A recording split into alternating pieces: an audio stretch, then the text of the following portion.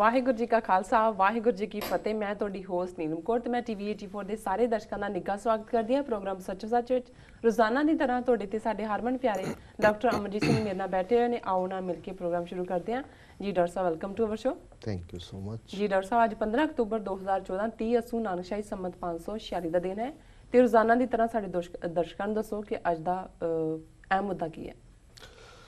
ਜਿਵੇਂ ਅਸੀਂ ਕੱਲ੍ਹ ਦੇ ਪ੍ਰੋਗਰਾਮ 'ਚ ਜਿਹੜਾ ਪਾਸਿੰਗ ਰੈਫਰੈਂਸ ਦਿੱਤੀ ਸੀ ਕਿ ਇੱਕ ਜਿਹੜਾ ਪਬਲੀਕੇਸ਼ਨ ਹੈ ਇੱਥੋਂ ਦਾ ਸੰਡੇ ਗਾਰਡੀਅਨ ਜੀ, ਉਸ 'ਚ ਮਾਧਵ ਨਲਪਤ ਨਾਂ ਦੇ ਇੱਕ ਜਰਨਲਿਸਟ ਨੇ ਕਾਫੀ ਲੰਬੀ ਚੌੜੀ ਸਟੋਰੀ ਕੀਤੀ ਹੈ। ਸਾਰਾ ਤਾਂ ਅਸੀਂ ਉਹਨੂੰ ਨਹੀਂ ਸ਼ੇਅਰ ਕਰ ਸਕਦੇ, ਟਰਾਂਸਲੇਟ ਨਹੀਂ ਕਰ ਸਕਦੇ, ਪਰ ਉਸ ਦਾ ਮੇਨ ਮੁੱਦਾ ਜਾਂ ਮਕਸਦ ਇਹ ਸਾਰੀ ਸਟੋਰੀ ਦਾ ਪ੍ਰੀਤ ਪਾਰਾ ਜਿਹੜਾ ਕਿ ਪ੍ਰੋਸੀਕਿਊਟਿੰਗ ਅਟਰਨੀ ਹੈ ਸਾਊਦਰਨ ਡਿਸਟ੍ਰਿਕਟ ਨਿਊਯਾਰਕ ਦਾ ਜੀ, ਉਸ ਨੂੰ ਬਦਨਾਮ ਕਰਨਾ ਹੈ। ਇਹ ਕਹਿਣਾ ਹੈ ਕਿ ਵੀ ਉਹਦਾ ਖਾਲਿਸਤਾਨੀਆਂ ਨਾਲ ਸੰਬੰਧ ਹੈ। ਇਸ ਲਈ ਜਿਹੜੇ ਮੋਦੀ ਦੇ ਖਿਲਾਫ ਸੰਮਣ ਜਾਰੀ ਹੋਏ ਉਸ ਦੇ ਵਿੱਚ ਪ੍ਰੀਤ ਪਾਰਾ ਨੇ ਮੇਜਰ ਰੋਲ ਅਦਾ ਕੀਤਾ, ਕਿਉਂਕਿ ਇਹੀ ਪ੍ਰੀਤ ਪਾਰਾ ਹੈ ਜਿਹਨੇ ਦੇਵਯਾਨੀ ਜਿਹੜੀ ਇੰਡੀਅਨ ਡਿਪਲੋਮੈਟ ਹੈ ਉਸ ਨੂੰ ਵੀ ਜਿਹੜਾ ਪ੍ਰੋਸੀਕਿਊਟ ਕੀਤਾ ਹੈ। ਔਰ ਇਸ ਆਰਟੀਕਲ ਦੇ ਮੁਤਾਬਕ ਪਿਛਲੇ ਕੁਝ ਸਾਲਾਂ 'ਚ ਜਦੋਂ ਤੋਂ ਉਹ ਪ੍ਰੋਸੀਕਿਊਟਿੰਗ ਅਟਰਨੀ ਹੈ ਇਸ ਡਿਸਟ੍ਰਿਕਟ ਦਾ, 40 ਦੇ ਕਰੀਬ ਜਿਹੜੇ ਇੰਡੀਅਨਸ ਨੇ ਉਹਨਾਂ ਨੂੰ ਉਹਨੇ, ਜਿਨ੍ਹਾਂ 'ਚ ਵਾਲ ਸਟਰੀਟ 'ਚ ਕੰਮ ਕਰਨ ਵਾਲੇ ਨੇ, ਉਹਨਾਂ ਨੂੰ ਪ੍ਰੋਸੀਕਿਊਟ ਕੀਤਾ। ਔਰ ਇਹ ਕਹਿ ਰਿਹਾ ਵੀ ਇਹ ਉਹਦਾ ਬਾਇਜ਼ ਹੈ ਖਾਲਿਸਤਾਨ ਪ੍ਰਤੀ ਉਸ ਦੇ ਜਿਹੜੇ ਦਲ ਨੇ ਜਾਂ ਗਰੁੱਪ ਨੇ ਉਹਨਾਂ ਦੇ ਨਾਲ ਸੰਬੰਧਿਤ ਹੋਣ ਕਰਕੇ। ਸੋ ਇਹਦਾ ਹੈਡਿੰਗ ਇਸ ਆਰਟੀਕਲ ਦਾ ਇਹ ਲੀਡ ਸਟੋਰੀ ਹੈ ਇਹਦੀ ਸੰਡੇ ਗਾਰਡੀਅਨ ਦੀ, ਔਰ ਇਹਦੀ ਹੈਡਲਾਈਨ ਹੈ ਬਰਾਰਾ other US officials assisted those behind court summons to Modi. Barara's anti-India bias is ascribed to his alleged linkages with pro-Khalistan elements. ਔਰ ਇਹਦੇ 'ਚ ਉਹਨੇ ਜਿਹੜੇ ਆਰਟੀਕਲ ਦੇ ਦਾਇਰਾ ਕਾਰਜ ਕੱਲਾ ਪ੍ਰੀਤ ਬਰਾਰਾ ਨਹੀਂ, ਉਹਨੇ ਕਿਹਾ ਜੀ ਓਬਾਮਾ ਐਡਮਿਨਿਸਟ੍ਰੇਸ਼ਨ ਵੀ ਨਾਲ ਰਲਿਆ ਹੋਇਆ ਸੀ ਇਹ ਜਿਹੜੇ ਸੰਮਨ ਮੋਦੀ ਦੇ ਖਿਲਾਫ ਕਢਾਏ ਗਏ। ਔਰ ਇਹਦੇ 'ਚ ਮੈਂ ਜਿਹੜੇ ਥੋੜ੍ਹੇ ਬਹੁਤ ਰੈਲੇਵੈਂਟ ਨੇ ਉਹ ਮੈਂ ਪੜ੍ਹਦੇ ਨੇ, ਪਰ ਇਹ ਗੱਲ ਸ਼ੋਅ ਕਰਦੀ ਹੈ ਕਿ ਜਿਹੜਾ ਕਈ ਵਾਰ ਕੁਛ ਵੀਰ ਭੈਣਾਂ ਆਪਣਿਆਂ 'ਚ ਵੀ ਨੇ ਜਿਹੜੇ ਕਹਿਣਗੇ ਜੀ ਕੀ ਹੈ ਸੰਮਣ ਬਾਦਲ ਦੇ ਖਿਲਾਫ ਕਢਾਤੇ, ਪਹਿਲਾਂ ਸੋਨੀਆ ਦੇ ਹੋ ਗਏ, ਕਮਲਨਾਥ ਦੇ, ਇਹਦਾ ਕੀ ਫਾਇਦਾ ਹੁੰਦਾ ਹੈ, ਐਵੇਂ ਰੀਸੋਰਸ ਵੇਸਟ ਕਰਦੇ ਨੇ, ਕਿਉਂਕਿ ਸਿੱਖਸ ਫਾਰ ਜਸਟਿਸ ਇਹਦੇ 'ਚ ਮੇਨ ਰੋਲ ਅਦਾ ਕਰਦਾ ਹੈ। ਔਰ ਇਹ ਆਰਟੀਕਲ ਆਪਣੇ ਆਪ ਦੇ ਵਿੱਚ ਸਬੂਤ ਹੈ ਕਿ ਦੁਸ਼ਮਣ ਦੇ ਖੈਮੇ ਤੋਂ ਦੇਖੋ। ਇਹ ਗੱਲ ਡਾਕਟਰ BR ਅੰਬੇਦਕਰ ਅਕਸਰ ਕਹਿੰਦੇ ਸੀ ਕਿ ਜਦੋਂ ਘੱਟ ਗਿਣਤੀਆਂ ਖੁਸ਼ ਹੋਣ ਤੇ ਸਮਝੋ ਬਹੁ ਗਿਣਤੀ ਨੂੰ ਤਕਲੀਫ ਹੈ ਕਿ ਵੀ ਇਹ ਖੁਸ਼ ਕਿਉਂ ਨੇ, ਤੇ ਬਹੁ ਗਿਣਤੀ ਖੁਸ਼ ਹੋਏ ਤੇ ਘੱਟ ਗਿਣਤੀਆਂ ਸਮਝਣ ਕਿ ਉਹਨਾਂ ਦੀ ਸ਼ਾਮਤ ਆਉਣ ਵਾਲੀ ਹੈ। ਸੋ ਜਦੋਂ ਹੁਣ ਇਹਨਾਂ ਨੂੰ ਤਕਲੀਫ ਹੈ ਤੇ ਇਹ ਸਮਝੋ ਕਿ ਵੀ ਇਹ ਸੱਚਮੁੱਚ ਹੀ ਬੜਾ ਕਾਰਗਰ ਹਥਿਆਰ ਹੈ ਜਿਹਦੇ ਥੱਲੇ ਬੇਬਸ ਹੋ ਜਾਂਦੇ ਨੇ। ਉੱਥੇ ਤਾਂ ਇਹਨਾਂ ਦੇ ਅਦਾਲਤਾਂ, ਇਹਨਾਂ ਦੀਆਂ ਪਾਰਲੀਮੈਂਟ, ਇਹਨਾਂ ਦੀ ਹਕੂਮਤ, ਇਹਨਾਂ ਦੀ ਪੁਲਿਸ, ਇਹਨਾਂ ਦੀ ਜਿਹਨੂੰ ਮਰਜ਼ੀ ਫਸਾ ਲੈਣ, ਜਿਹਨੂੰ ਮਰਜ਼ੀ ਟੰਗ ਦੇਣ, ਜਿਹਨੂੰ ਮਰਜ਼ੀ ਛਡਾ ਲੈਣ, ਪਰ ਇੱਥੇ ਇਹਨਾਂ ਦਾ ਜ਼ੋਰ ਨਹੀਂ ਚੱਲਦਾ। ਔਰ ਇਹ ਕਿੰਨੀ ਟਰਬਲ 'ਚ ਹੋਏ ਇਹਨਾਂ ਸਮਨਸ ਤੋਂ, ਜਿਵੇਂ ਮੈਂ ਮੈਂਸ਼ਨ ਕੀਤਾ ਸੀ ਕਿ ਇੱਕ ਸਟੇਜ 'ਤੇ ਫਰੈਂਕਫਰਟ ਪਹੁੰਚਣ ਤੱਕ ਉਹ ਮਨ ਬਣਾ ਰਹੇ ਸੀ ਕਿ ਵੀ ਅਮਰੀਕਾ ਦੀ ਯਾਤਰਾ ਕੈਂਸਲ ਕਰ ਦਿੱਤੀ ਜਾਏ। ਸੋ ਇਹ ਇਫੈਕਟਿਵਨੈਸ ਆਫ ਦਾ ਵੈਪਨ ਹੈ, ਇਹ ਆਪਣੇ ਦੇ ਐਂਗਲ ਤੋਂ। ਇਹਦੀ ਸ਼ੁਰੂਆਤ ਉਹ ਕਰਦੇ ਜੀ। Appointed to the post by US president Barack Obama, Preet Bharara the prosecuting attorney for the Southern District of New York played a key role in facilitating the issuance of a court summons directed at the Prime Minister Narendra Modi during the latest 26th to 29th September visit to New York, according to key office holders in the city and in New Jersey.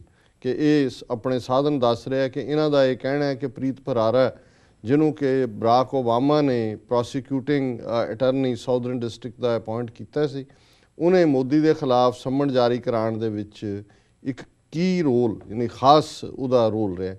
They claimed that the organizations responsible for the plaint which resulted in the summons were, according to them, assisted by Bharara and other US officials in the drafting of the documentation presented to the court, which is located within his territorial jurisdiction in New York City.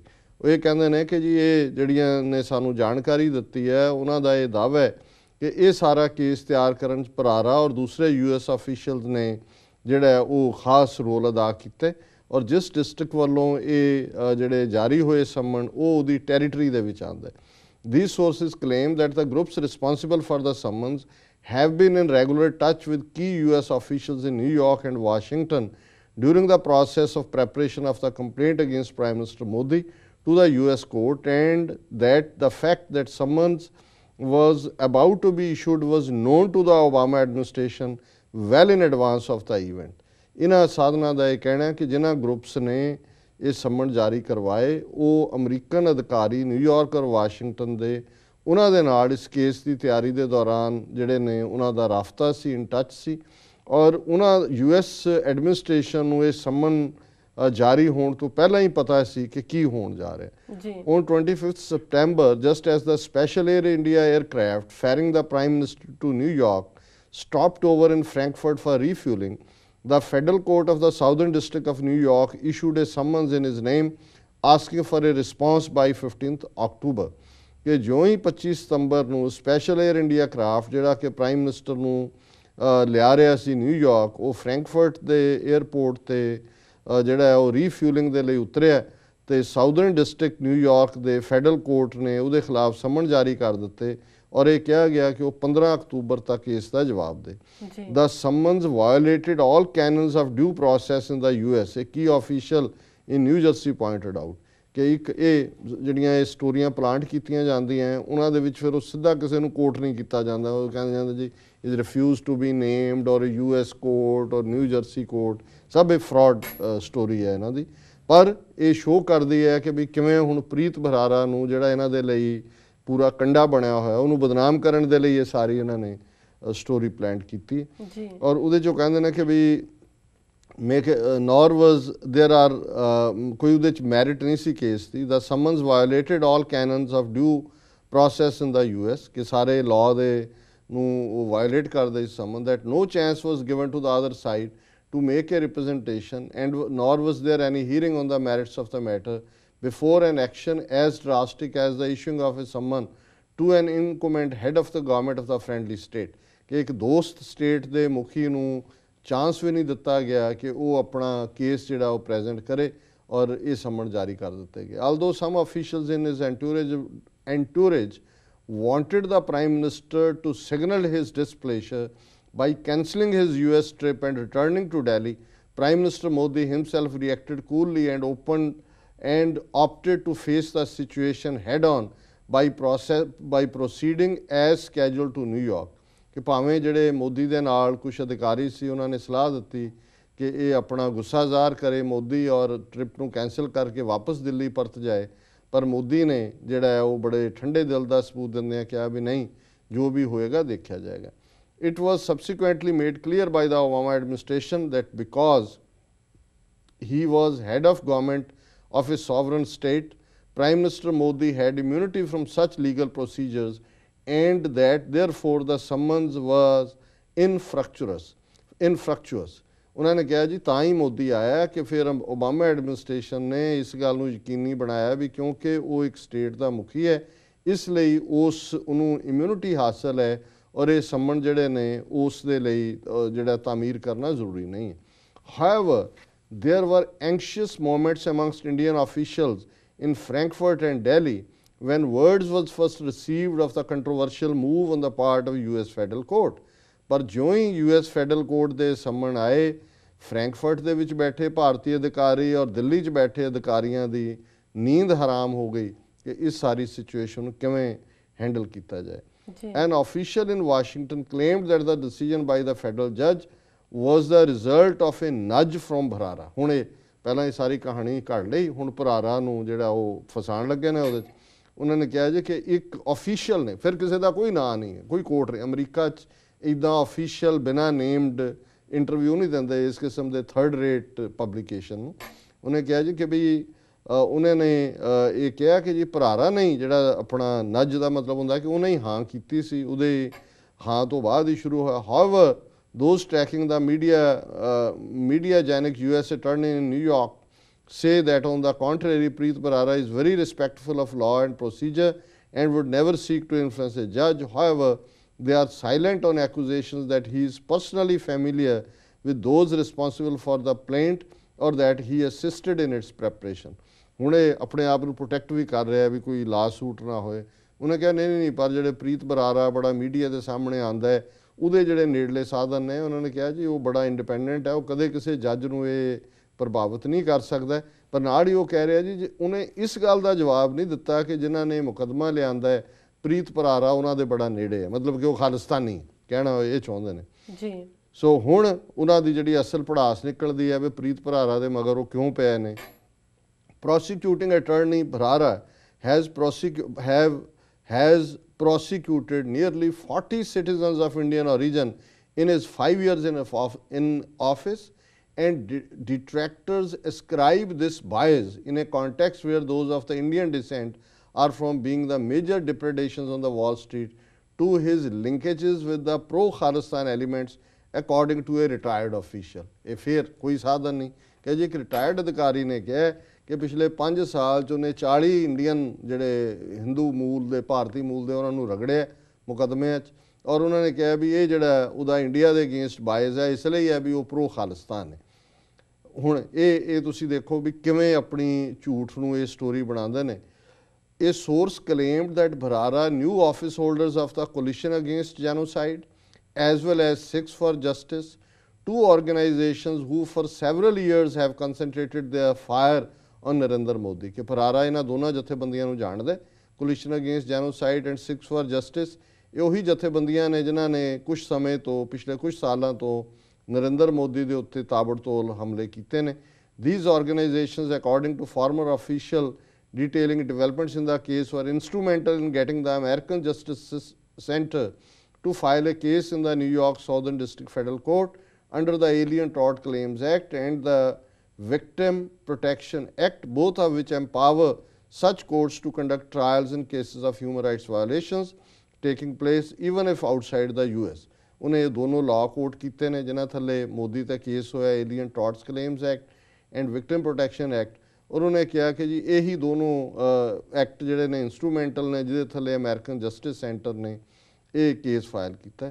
The allegations made in the plaint relate to the 2002 riots in Gujarat and have been shown to be false by ਹੁਣ ਅੱਗੇ ਉਹਨੇ justify ਕੀਤਾ ਹੈ ਕਿ ਜੀ ਇਹ 2002 ਤੇ based ਨੇ ਜਦੋਂ ਕਿ ਮੋਦੀ ਨੇ ਜਿਹੜਾ ਹੈ ਉਹ ਗੁਜਰਾਤ ਦਾ ਚੀਫ ਮਿਨਿਸਟਰ ਸੀ, ਪਰ ਕਿਉਂਕਿ ਭਾਰਤੀ ਅਦਾਲਤਾਂ ਨੇ ਉਹਨੂੰ ਬਿਲਕੁਲ ਇਨੋਸੈਂਟ ਪਾਇਆ ਇਸ ਲਈ ਇਹਨਾਂ ਦਾ ਕੋਈ ਆਧਾਰ ਨਹੀਂ ਹੈ।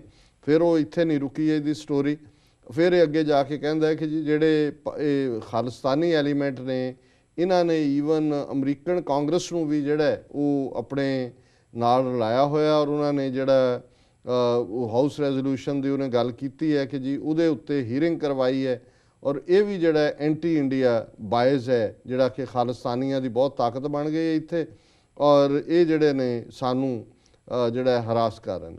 ਹੁਣ ਕਨਕਲੂਡ ਉਹਨੇ ਕੀਤਾ article that officials in the Obama administration knew of the court process before summons were issued and kept the matter from India, and according to sources actively participated in the process of preparing plaints against Prime Minister Modi। ਉਹਨੇ ਕਿਹਾ ਜੀ ਇਹ ਜਿਹੜੇ Obama administration ਦੇ ਅਧਿਕਾਰੀ ਨੇ ਇਹਨਾਂ ਨੂੰ ਇਹ ਪਹਿਲਾਂ ਪਤਾ ਸੀ ਪਰ ਉਹਨਾਂ ਨੇ ਇੰਡੀਆ ਤੋਂ ਇਸ ਗੱਲ ਨੂੰ ਦੂਰ ਰੱਖਿਆ। This indicates that the Obama administration is a divided house, with President Obama himself laying out the red carpet for the PM। ਕਿ ਇਹ ਜਿਹੜਾ ਓਬਾਮਾ ਐਡਮਿਨਿਸਟ੍ਰੇਸ਼ਨ ਹੈ ਇਹਦੇ 'ਚ ਬੜੀ ਫੁੱਟ ਪਈ ਹੋਈ ਹੈ। ਇੱਕ ਪਾਸੇ ਓਬਾਮਾ ਜਿਹੜਾ ਹੈ ਉਹ ਮੋਦੀ ਦੇ ਸਵਾਗਤ ਦੇ ਵਿੱਚ ਜਿਹੜਾ ਅੱਖਾਂ ਵਿਛਾ ਰਿਹਾ ਸੀ red carpet, even as some officials connive at getting a US federal court to issue a summons against him. ਦੂਜੇ ਪਾਸੇ ਓਬਾਮਾ ਐਡਮਿਨਿਸਟ੍ਰੇਸ਼ਨ ਦੇ ਕੁਝ ਅਧਿਕਾਰੀ ਜਿਹੜੇ ਨੇ ਉਹ ਮੋਦੀ ਦੇ ਖਿਲਾਫ ਸਮਨ ਜਾਰੀ ਕਰਵਾ ਰਹੇ ਸੀ, despite the absence of a hearing or any other kind of inquiry about the genuineness or otherwise of the charges made in the American Justice Center complaint। ਕਿ ਜੀ ਉਹਦੀ ਕੋਈ ਹੀਅਰਿੰਗ ਨਹੀਂ ਹੋਈ, ਉਹਨੂੰ ਕੋਈ ਮੌਕਾ ਨਹੀਂ ਦਿੱਤਾ ਗਿਆ, ਇਹਦੇ ਬਾਵਜੂਦ ਜਿਹੜਾ ਉਹ ਉਹਨਾਂ ਨੇ ਇਹ ਸਮਨ ਜਾਰੀ ਕਰਾਏ। ਹੁਣ ਉਹਨਾਂ ਨੇ ਆਪਣਾ ਅਸਲੀ ਚਿਹਰਾ ਦਿਖਾਇਆ। Certainly the ISI and its friends will continue to try and use US courts and the extraterritorial laws in the country to throw mud at a political leader who has captured the imagination of the Indian people in a manner not seen since Indira Gandhi।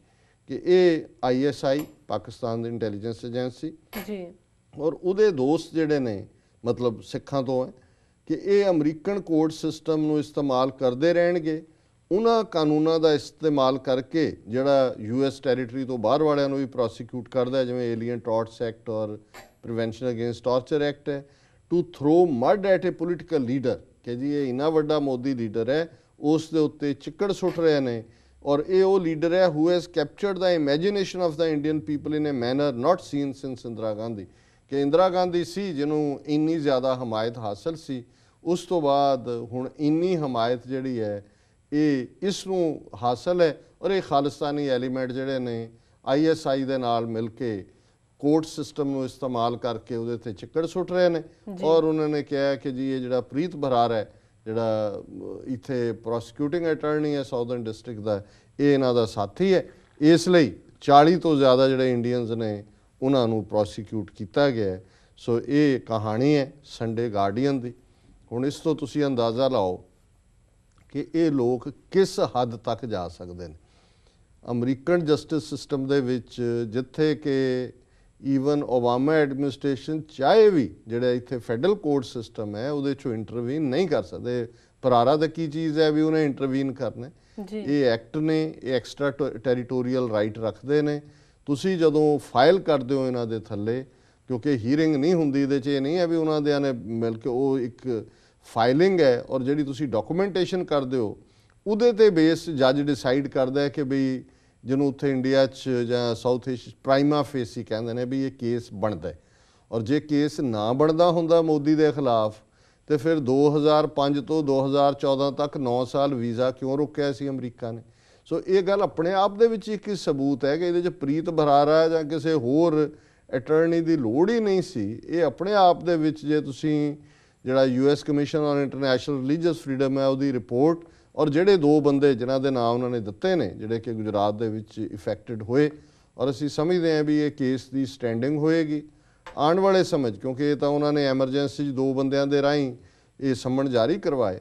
ਪਰ ਇਹ ਵੱਡਾ class case suit ਵੀ ਬਣ ਸਕਦਾ ਹੈ ਕਿਉਂਕਿ ਹਜ਼ਾਰਾਂ ਮੁਸਲਮਾਨ ਗੁਜਰਾਤ 'ਚ ਮਾਰੇ ਗਏ, ਉਹਨਾਂ ਦੇ ਕਈ ਰਿਸ਼ਤੇਦਾਰ ਜਾਣੂ ਜਾਂ ਉਹਨਾਂ 'ਚੋਂ ਵੀ ਕਈ ਸਰਵਾਈਵਰ ਇੱਥੇ ਹੋਣਗੇ। ਔਰ ਅਸੀਂ ਸਮਝਦੇ ਹਾਂ ਵੀ ਇਸ ਕੇਸ ਨੂੰ ਚੰਗੇ ਢੰਗ ਨਾਲ ਹੈਂਡਲ ਕੀਤਾ ਜਾਣਾ ਚਾਹੀਦਾ ਔਰ ਤਾਂ ਕਿ ਇਹ ਇਹਨਾਂ ਨੂੰ ਮੈਸੇਜ ਮਿਲੇ ਕਿ ਉੱਥੋਂ ਦੇ ਤੁਹਾਡੇ ਸਿਸਟਮ 'ਚ ਤੁਸੀਂ ਬੇਗੁਨਾਹ ਬਣ ਸਕਦੇ ਹੋ, ਕਿਉਂਕਿ ਜੱਜ ਵੀ ਤੁਹਾਡੇ, ਅਦਾਲਤਾਂ ਤੁਹਾਡੀਆਂ, ਹਕੂਮਤਾਂ ਤੁਹਾਡੀਆਂ, ਪਰ ਇੱਥੇ ਤੁਹਾਨੂੰ ਜਵਾਬਦੇਹ ਬਣਾਇਆ ਜਾਏਗਾ। ਸੋ ਅਸੀਂ ਸਮਝਦੇ ਹਾਂ ਵੀ ਇਹ ਇਫੈਕਟਿਵਨੈਸ ਇਸ ਸਾਰੇ ਦੀ ਸ਼ੋਅ ਕਰਦੇ। ਔਰ ਜਿਹੜਾ ਦੂਸਰਾ ਪਾਰਟ, ਬੇਸ਼ੱਕ ਮੈਂ ਦੇਖ ਰਿਹਾ ਘੜੀ ਵੱਲ ਕਿ ਵਕਤ ਤਾਂ ਤੇਜ਼ੀ ਨਾਲ ਅੱਗੇ ਨੂੰ ਜਾ ਰਿਹਾ, ਇੱਕ ਜਿਹੜਾ ਇਸ਼ੂ ਮੈਂ ਸਮਝਦਾ ਵੀ ਬੜਾ ਅਹਿਮੀਅਤ ਵਾਲਾ ਹੈ ਵੀ ਭਾਰਤ ਚੀਨ ਸੰਬੰਧ ਕਿਸ ਪਾਸੇ ਨੂੰ ਜਾ ਰਹੇ ਨੇ। ਇੱਕ ਪਾਸੇ ਤਾਂ ਪਾਕਿਸਤਾਨ ਦੇ ਨਾਲ ਕਿਵੇਂ ਗੋਲਾਬਾਰੀ ਕਰਕੇ, ਔਰ ਮੋਦੀ ਦਾ ਇਹ ਕਹਿਣਾ ਕਿ ਜੀ ਹਮ ਨਹੀਂ ਬੋਲेंगे, ਹਮਾਰੀ ਤੋਪੇ ਬੋਲेंगी, ਜੀ ਬੋਲੀ ਨਹੀਂ ਗੋਲੀ, ਔਰ ਪਾਕਿਸਤਾਨ ਦੇ ਨਾਲ ਕਿਵੇਂ ਦੋਨੋਂ ਪਾਸੇ ਫਿਰ ਸਿਵਿਲੀਅਨ ਮਾਰੇ ਗਏ। ਪਰ ਦੂਜੇ ਪਾਸੇ ਚੀਨ ਦੇ ਨਾਲ ਇੱਕ ਪਾਸੇ ਤਾਂ ਇਹ ਜਿਹੜੀ ਹੈ 4 ਰੋਜ਼ਾ ਜੁਆਇੰਟ ਮਿਲਟਰੀ ਐਕਸਰਸਾਈਜ਼ ਕਰ ਰਹੇ ਨੇ 3 ਨਵੰਬਰ ਤੋਂ ਪੂਨੇ 'ਚ। ਇਹ ਮਿਲਟਰੀ ਐਕਸਰਸਾਈਜ਼ ਲਈ ਪਹਿਲਾਂ ਇੰਡੀਆ ਵੀ ਚਲਾਕੀ ਮਾਰ ਰਿਹਾ ਸੀ, ਬਠਿੰਡੇ ਕਰਨਾ ਚਾਹੁੰਦੇ ਸੀ, ਪਰ ਪਾਕਿਸਤਾਨ ਉਹਨਾਂ ਨੇ, ਚੀਨ ਵਾਲਿਆਂ ਨੇ ਕਿਹਾ ਨਹੀਂ ਜੀ ਇਹ ਉੱਥੇ ਬੜੀ ਗਰਮੀ ਹੈ। ਹਾਲਾਂਕਿ ਨਵੰਬਰ 3 ਨੂੰ ਤਾਂ ਮੌਸਮ 28.9 ਡਿਗਰੀ ਸੈਲਸੀਅਸ ਟੈਂਪਰੇਚਰ ਹੁੰਦਾ, ਇਹ ਅਸੀਂ ਉੱਥੇ ਨਹੀਂ ਕਰਨਾ। ਹੁਣ ਆਪ ਹੀ ਇਹਨਾਂ ਦਾ ਮੀਡੀਆ ਕਹਿੰਦਾ ਕਿ ਚਾਈਨਾ ਨੂੰ ਪਤਾ ਹੈ ਵੀ ਉਹ Bathinda too close to Pakistan border ਹੈ, ਔਰ ਉਹ ਮੈਸੇਜ ਗਲਤ ਨਹੀਂ ਦੇਣਾ ਚਾਹੁੰਦੇ ਕਿ ਉਹ ਕਿਤੇ ਪਾਕਿਸਤਾਨ ਦੇ ਖਿਲਾਫ ਭੁਗਤ ਰਹੇ ਨੇ, ਇਸ ਲਈ ਉਹਨਾਂ ਨੇ ਪੂਨੇ ਨੂੰ ਰੱਖਿਆ। ਸੋ ਚਲੋ ਇੱਕ ਪਾਸੇ ਤਾਂ ਇਹ ਕਿਉਂਕਿ ਜੁਆਇੰਟ ਐਕਸਰਸਾਈਜ਼ਸ ਵੀ 2007 ਦੇ ਵਿੱਚ ਸ਼ਾਇਦ ਇਹਨਾਂ ਨੇ ਉਹਨੂੰ ਸ਼ੁਰੂਆਤ ਕੀਤਾ ਸੀ, ਔਰ ਫਿਰ ਦੋ ਕਿ ਇਹਨਾਂ ਨੇ ਕੀਤੀਆਂ, ਇੱਕ ਵਾਰੀ ਚਾਈਨਾ ਜਾਂ ਤੀਸਰੀ ਵਾਰੀ ਜਿਹੜਾ ਲੈਫਟੀਨੈਂਟ ਜਨਰਲ ਉੱਥੇ ਜਾ ਰਿਹਾ ਸੀ, ਚਾਈਨਾ 'ਚ ਐਕਸਰਸਾਈਜ਼ ਹੋਣੀ ਸੀ, ਉਹ ਜੰਮੂ ਕਸ਼ਮੀਰ 'ਚ ਤਾਇਨਾਤ ਰਿਹਾ ਸੀ, ਔਰ ਚਾਈਨਾ ਨੇ ਉਹਨੂੰ ਵੀਜ਼ਾ ਦੇਣ ਤੋਂ ਨਾ ਕਰ ਦਿੱਤੀ, ਉਹ ਕੈਂਸਲ ਹੋ ਗਈ। ਸੋ ਹੁਣ ਇੱਕ ਪਾਸੇ ਤਾਂ ਇੰਡੀਆ ਆਪਣਾ ਫਰੈਂਡਲੀ ਫੇਸ ਦਿਖਾ ਕੇ ਕਿ ਜੀ ਸਭ ਕੁਝ ਨਾਰਮਲ ਹੋ ਗਿਆ ਉਹ ਕਰਨ ਦਾ ਯਤਨ ਕਰ ਰਿਹਾ। ਦੂਸਰੇ ਪਾਸੇ ਜਿਹੜੀ ਖਬਰ ਮੇਨ ਹੈ ਉਹਦੀ ਹੈਡਲਾਈਨ ਇਹ ਹੈ, ਚਾਈਨਾ ਵਾਰਨਸ ਇੰਡੀਆ ਅਗੇਂਸਟ ਪੇਵਿੰਗ ਰੋਡ ਇਨ ਅਰੁਣਾਚਲ। ਹੁਣ ਜਿਹੜਾ ਇੰਡੀਆ ਦਾ ਡਿਪਟੀ ਮਿਨਿਸਟਰ ਹੈ ਸਟੇਟ ਫਾਰ ਹੋਮ ਅਫੇਅਰ ਕਿਰਨ ਰਿਜੂ ਜੀ, ਉਹਨੇ ਕਿਹਾ ਜੀ ਕਿ ਅਸੀਂ ਇੱਕ 2000 ਕਿਲੋਮੀਟਰ ਸੜਕ ਬਣਾ ਰਹੇ ਹਾਂ ਜਿਹੜੀ ਮੈਗੋ ਥਿੰਗਬੂ ਤਵਾਂਗ ਦੇ ਵਿੱਚ, ਜਿਹੜੀ ਅਰੁਣਾਚਲ ਦੀ ਰਾਜਧਾਨੀ ਹੈ, ਤੇ ਵਿਜੇ ਨਗਰ ਇਨ ਚੈਂਗਲੈਂਗ ਡਿਸਟ੍ਰਿਕਟ ਆਫ ਅਰੁਣਾਚਲ ਤੱਕ ਜਿਹੜਾ ਇਹ ਬਣੇਗੀ। ਇਹ ਈਸਟ ਵੈਸਟ ਐਕਸਿਸ ਆਲ ਅਲੋਂਗ ਮੈਕਮੋਨ ਲਾਈਨ ਜਿਹੜੀ ਨਾਰਦਰਨ ਲਿਮਿਟ ਸਟੇਟ ਦੀ ਚਾਈਨਾ ਦੇ ਨਾਲ ਡਿਸਕ੍ਰਾਈਬ ਕਰਦੀ ਹੈ, ਉਸ ਦੇ ਉੱਤੇ ਬਣਾਈ ਜਾਏਗੀ। ਹੁਣ ਜਿਹੜਾ ਅਨਡਿਮਾਰਕੇਟਡ ਬਾਰਡਰ ਹੈ ਚਾਈਨਾ ਦਾ ਇੰਡੀਆ ਦੇ ਨਾਲ, ਉਹ ਲਗਭਗ 3488 ਕਿਲੋਮੀਟਰ ਹੈ, ਜਿਹਨੂੰ ਲਾਈਨ ਆਫ ਕੰਟਰੋਲ ਕਹਿੰਦੇ ਨੇ। ਹੁਣ ਇਹ 2000 ਕਿਲੋਮੀਟਰ ਦੀ ਸੜਕ ਉਸ ਡਿਸਪਿਊਟਡ ਟੈਰੀਟਰੀ 'ਚ ਬਣਾਉਣ ਦੀ ਗੱਲ ਕਰ ਰਹੇ ਨੇ ਔਰ ਇਸ ਦਾ ਫੌਰਨ ਚਾਈਨਾ ਨੇ ਨੋਟਿਸ ਲਿਆ ਔਰ ਚਾਈਨਾ ਦੇ ਫੌਰਨ ਮਿਨਿਸਟਰੀ ਸਪੋਕਸਮੈਨ, ਉਹਦਾ ਨਾਂ ਹੋਂਗ ਲੀ ਹੈ, ਉਹਨੇ ਬੀਜਿੰਗ ਚੀਨ ਦੀ ਰਾਜਧਾਨੀ 'ਚ ਪ੍ਰੈਸ ਕਾਨਫਰੰਸ ਕੀਤੀ ਆ, ਜੋ ਉਹਨੇ ਜਿਹੜਾ ਕਿਹਾ ਐਗਜ਼ੈਕਟ ਉਹਦੇ ਸ਼ਬਦ ਨੇ, ਇਹ dispute exist in the eastern sector of China India boundary pending final settlement of the boundary question. We hope that the Indian side will refrain from taking actions in disputed areas that may complicate the boundary question. ਇਹ ਹੁਣ China ਦਾ official ਜਿਹੜਾ spokesman ਆ ਉਹ ਕਹਿ ਰਿਹਾ ਕਿ ਚੀਨ ਭਾਰਤ ਦੀ boundary ਦੇ ਪੂਰਬੀ ਸੈਕਟਰ ਦੇ ਵਿੱਚ ਜਿਹੜਾ ਉਹ ਬਾਉਂਡਰੀ ਕੁਐਸਚਨ ਬਾਰੇ ਝਗੜਾ ਚੱਲ ਰਿਹਾ ਤੇ ਅਸੀਂ ਇਸ ਗੱਲ ਦੀ ਆਸ ਕਰਦੇ ਹਾਂ ਕਿ ਭਾਰਤ ਕੋਈ ਵੀ ਇਸ ਕਿਸਮ ਦੀ ਕਾਰਵਾਈ ਨਹੀਂ ਕਰੇਗਾ ਜਿਹੜਾ ਕਿ ਇਸ ਬਾਉਂਡਰੀ ਕੁਐਸਚਨ ਨੂੰ ਜਿਹੜਾ ਹੈ ਅੱਗੋਂ ਹੋਰ ਕੰਪਲਿਕੇਟ ਕਰੇ ਜਾਂ ਇਸ ਨੂੰ ਹੋਰ ਉਲਝਾਏ। ਸੋ ਅਸੀਂ ਸਮਝਦੇ ਹਾਂ ਕਿ ਵੀ ਚਾਈਨਾ ਨੇ, ਇਹ ਚਾਈਨੀਜ਼ ਵੀ ਜਿਹੜਾ ਹੈ ਅੰਡਰਸਟੇਟਮੈਂਟ ਹੁੰਦੀ ਹੈ, ਇੰਡੀਆ ਨੂੰ ਉਹਨਾਂ ਨੇ ਮੈਸੇਜ ਦੇ ਦਿੱਤਾ ਹੈ ਕਿ ਬਾਜ਼ ਆਓ ਆਪਣੀਆਂ ਹਰਕਤਾਂ ਤੋਂ, ਇਹ ਸੜਕ ਬਣਾਉਣ ਦੀ ਗੱਲ ਜਿਹੜੀ ਹੈ ਸਾਨੂੰ ਕਬੂਲ ਨਹੀਂ ਹੈ ਤੇ ਜੇ ਇਹ ਕਰੋਗੇ ਤਾਂ ਫਿਰ ਅੱਗੋਂ ਕੁੱਟ ਖਾਓਗੇ ਜਿਵੇਂ 1962 'ਚ ਤੁਸੀਂ ਖਾਧੀ ਜੀ। ਔਰ ਹੁਣ ਤੱਕ ਵੀ ਜਿਵੇਂ ਚਾਈਨਾ ਐਨ ਬੈਠੀ ਰਹੀ ਉਹਨਾਂ ਦੀ ਫੌਜ ਟੈਂਟ ਲਾ ਕੇ ਉਹਨਾਂ ਦੇ ਉਸ ਹਿੱਸੇ ਦੇ ਵਿੱਚ ਸ਼ੁਮਾਰ ਸੈਕਟਰ ਦੇ ਵਿੱਚ ਆਪਣੀ ਮਰਜ਼ੀ ਦੇ ਨਾਲ ਗਏ ਨੇ, ਇਹਨਾਂ ਨੂੰ ਵਾਰਨਿੰਗ ਦੇ ਕੇ, ਤੇ ਹੁਣ ਇਹ ਫੇਰ ਜਿਹੜੇ ਨੇ ਸ਼ਰਾਰਤ ਕਰਨ ਵੱਲ ਇਹ ਤੁਰਦੇ ਨੇ। ਸੋ ਅਸੀਂ ਸਮਝਦੇ ਹਾਂ ਵੀ ਚੀਨ ਨੇ ਬਹੁਤ ਵਧੀਆ ਮੈਸੇਜ ਦਿੱਤਾ ਇਹਨਾਂ ਨੂੰ ਜੀ ਜੀ ਔਰ ਅਸੀਂ ਇਹ ਸਮਝਦੇ ਹਾਂ ਵੀ ਇਹ ਜਿਵੇਂ ਪਾਕਿਸਤਾਨ ਨਾਲ ਡੀਲ ਕਰ ਰਹੇ ਨੇ ਔਰ ਜਿਵੇਂ ਚੀਨ ਦੇ ਪ੍ਰਤੀ ਇਸ ਕਿਸਮ ਦਾ ਇਹਨਾਂ ਦੀ ਨੀਅਤ ਸਾਫ਼ ਨਹੀਂ ਹੈ ਔਰ ਜਿਵੇਂ ਮਨੀ ਸ਼ੰਕਰ ਆਇਰ ਨੇ ਕਿਹਾ ਵੀ ਇਵੇਂ ਹੀ ਇਹੋ ਜਿਹੇ ਹਾਲਾਤ ਦੇ ਵਿੱਚ ਹੀ ਫਸਟ ਵਰਲਡ ਵਾਰ, ਜਦੋਂ ਕਿ ਇੱਕ ਪਾਸੇ ਆਸਟਰੀਆ ਜਰਮਨੀ ਲਾਈਨ ਸੀ, ਦੂਜੇ ਪਾਸੇ ਸਰਬੀਆ ਸੀ, ਸਮਝਦੇ ਸੀ ਸਰਬੀਆ ਛੋਟਾ ਹੈ, ਸੋ ਪਾਕਿਸਤਾਨ ਨੂੰ ਤਾਂ ਇਹ ਸਰਬੀਆ ਸਮਝਦੇ ਨੇ ਕਿ ਵੀ ਅਸੀਂ ਇਹਨੂੰ ਦੱਬ ਲਾਂਗੇ, ਪਰ ਚੀਨ ਤੋਂ ਐਸੀ ਕੁੱਟ ਪਏਗੀ ਇਹਨਾਂ ਨੂੰ ਕਿ ਫਿਰ ਇਹਨਾਂ ਨੂੰ 1962 ਭੁੱਲ ਜਾਏਗਾ। ਸੋ ਇਹ ਅੱਜ ਦਾ ਮੇਨ ਇਸ਼ੂ ਹੈ। ਜੀ ਡਾਕਟਰ ਸਾਹਿਬ, ਤੁਹਾਡਾ ਬਹੁਤ ਬਹੁਤ ਸ਼ੁਕਰੀਆ। ਇਸ ਨਾਲ ਲੈਣੇ ਬ੍ਰੇਕ। ਵਿਊਅਰਸ, ਵਿਚਾਰਾਂ ਦਾ ਸਿਲਸਿਲਾ ਇਸ ਤਰ੍ਹਾਂ ਚੱਲਦਾ ਰਹੇਗਾ। ਮਿਲਦੇ ਹਾਂ ਛੋਟੇ ਵਕਫੇ ਤੋਂ ਬਾਅਦ।